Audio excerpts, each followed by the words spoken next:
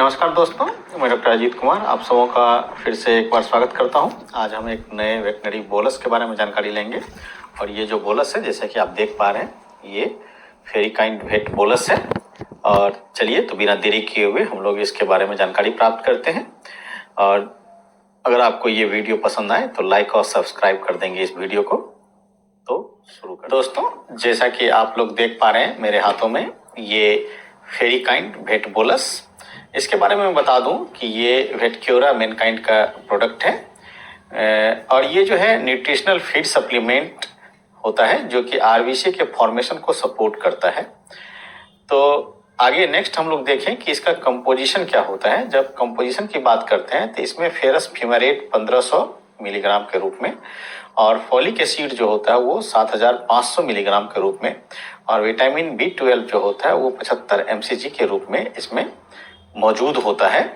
तो इस कंपोजिशन को हम लोग कहाँ यूज कर सकते हैं, इसके डिफरेंट यूजेज को हम लोग जानें कि इस बोलस को कैसे यूज करें, कहाँ यूज करें। तो दोस्तों, जैसा कि आप इसके कंपोजिशन को देख चुके हैं तो इसका यूज जो है, सबसे पहला यूज वो सभी प्रकार के जो एनीमिया होती हैं उस केस में आप इस बोलस का यूज करें। और जहाँ पर आपके आरबीसी की संख्या घट जाती है ब्लड में, तो ऐसे कंडीशन में आप क्या कर सकते हैं, क्योंकि ये आरबीसी फॉर्मेशन को सपोर्ट करता है, तो आप वैसे कंडीशन में भी आप क्या करें, इसका यूज करें, इस बोलस का यूज करें।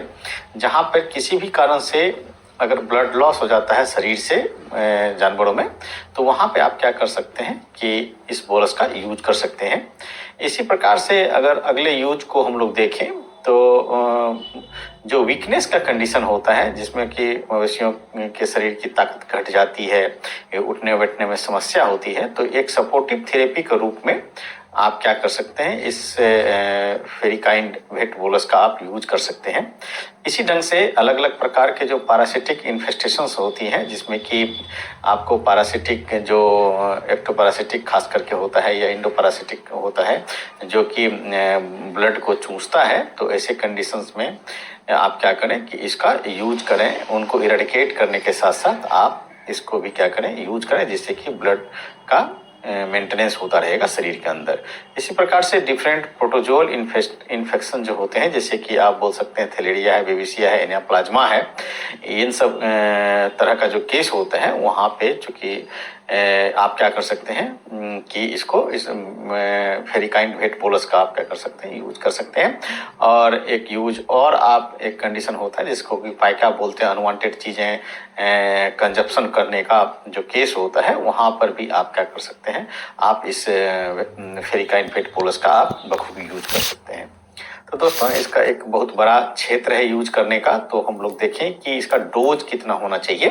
तो जो आपका लार्ज एनिमल है, बड़े वाला एनिमल है, तो वो 2 बोलस पर डे के हिसाब से आप उनको 5 से 10 दिनों के लिए आप इसको यूज करें लगातार। और फिर जो स्मॉल एनिमल होता है वहां पे आप इसको 1/2 to 1 बोलस यानी आधे से 1 बोलस पर डे के हिसाब से 5 से 10 दिनों के लिए इसको दें।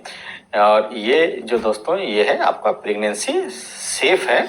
और इसके स्टोरेज की अगर बात करें तो ये कूल और ड्राई प्लेस में आप इसको क्या कर सकते हैं कि रखें और इसे बच्चों की पहुंच से दूर रखें।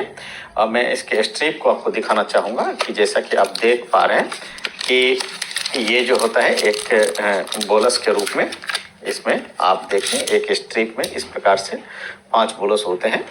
तो आप डोज के अनुसार से अपने और मवेशी का जो साइज है, जो बड़ा या छोटा है, उसके हिसाब से आप क्या करें कि उनको ले करके आप जितनी स्ट्रिप की जरूरत है आप खरीदें और इसका यूज करें। तो दोस्तों, फेरिकाइंड वेट बोलस के बारे में आज के लिए बस इतना ही।